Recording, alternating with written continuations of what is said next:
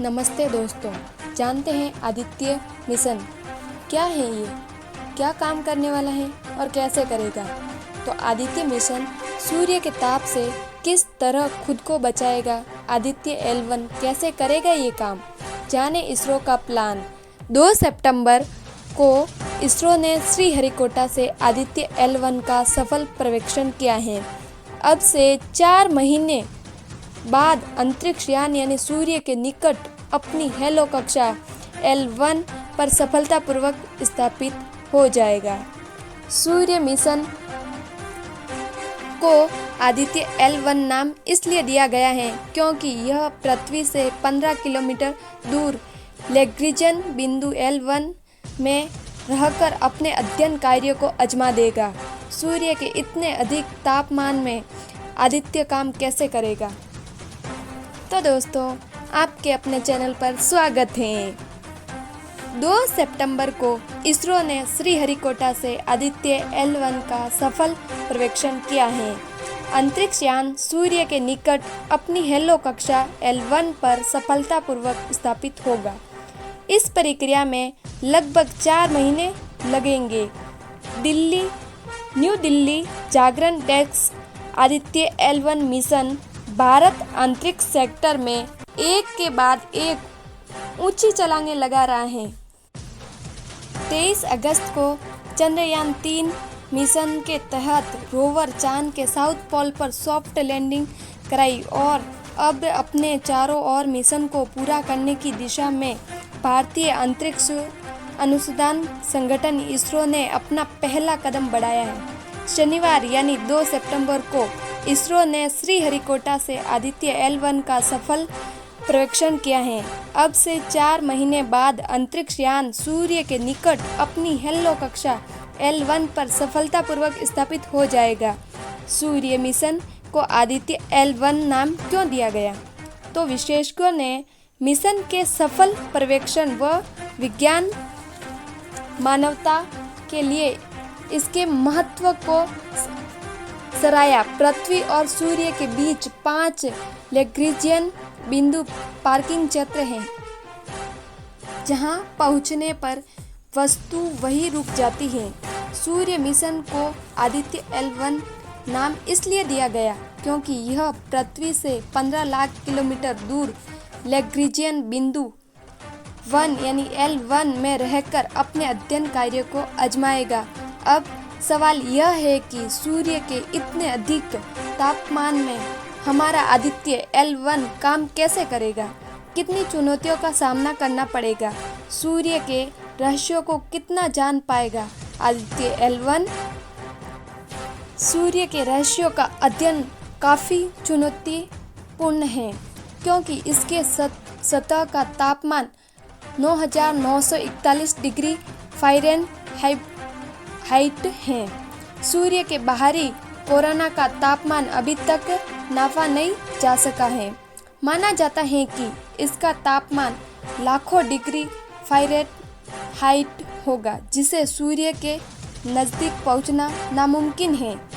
इसी को देखते हुए आदित्य L1 पृथ्वी और सूर्य के बीच की कुछ दूरी के लगभग 1% दूरी यानी 15 लाख किलोमीटर पर मौजूद L1 की पास की कक्षा तक पहुंच जाएगा।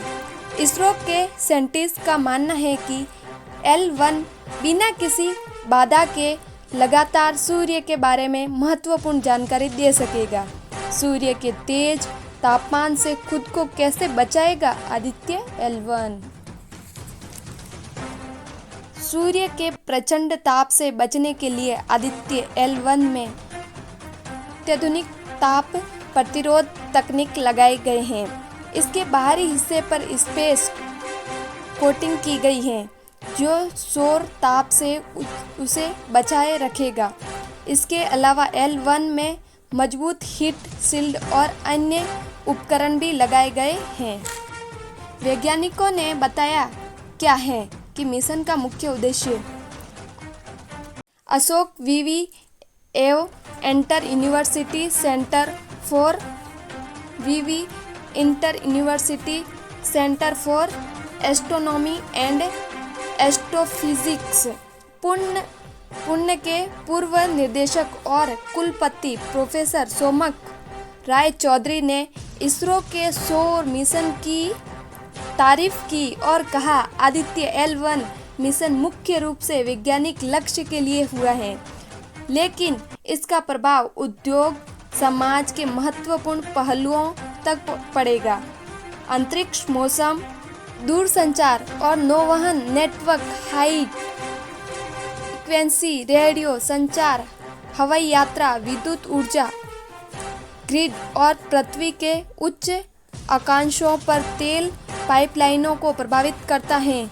मिशन का उद्देश्य सूर्य के साधारण कोरोना के रहस्य को उजागर करना है। 15 साल पहले की गई थी आदित्य की परिकल्पना। कोलकाता स्थित भारतीय अंतरिक्ष भौतिक केंद्र के निर्देशक संदीप चक्रवर्ती ने कहा है, आदित्य की परिकल्पना करीब 15 साल पहले की गई थी। शुरू में यह सौर कोरोना के आधार पर प्लाज्मा वेग का अध्ययन करने के लिए था। बाद में यह आदित्य L1 और फिर आदित्य L1 के तौर पर विकसित हुआ। अतः उपकरणों के साथ इसे आदित्य L1 नाम दिया गया है।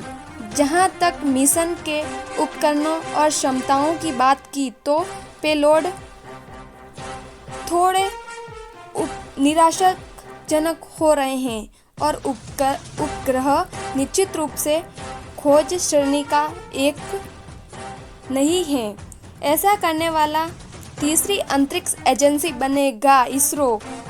अंतरिक्ष विज्ञान उत्कृष्टता केंद्र कोलकाता प्रमुख द्विवेदु नदी ने सौर मिशन को कोलकाता के प्रमुख द्विवेदु नदी ने सौर मिशन को लेकर कहा, यह मिशन सूर्य के अंतरिक्ष आधारित अध्ययन में भारत पहला प्रयास है। अगर यह अंतरिक्ष में लैग्रेंज बिंदु L1 के बाद इसरो वहां और सौर वेधशाला स्थापित करने वाली तीसरी अंतरिक्ष एजेंसी बन जाएगा। लैग्रेंज बिंदु L1 के पास रखा गया कोई भी सैटेलाइट सूर्य के चारों ओर पृथ्वी की कक्षाओं के साथ समस्याएं स्थापित करेगा, जिसे चंद्रमा या पृथ्वी द्वारा कोई बाधा उत्पन्न किए बिना इसके द्वारा सूर्य का निर्भय अवलोकन किया जा सकता है। अंतरिक्ष के मौसम में सूर्य की गतिविधियों में कोई भी परिवर्तन पृथ्वी पर प्रभाव डालने से पहले L1 पर दिखाई देता है, जो कि पूर्व अनुमान के लिए एक छोटी लेकिन महत्वपूर्ण जानकारी होगी।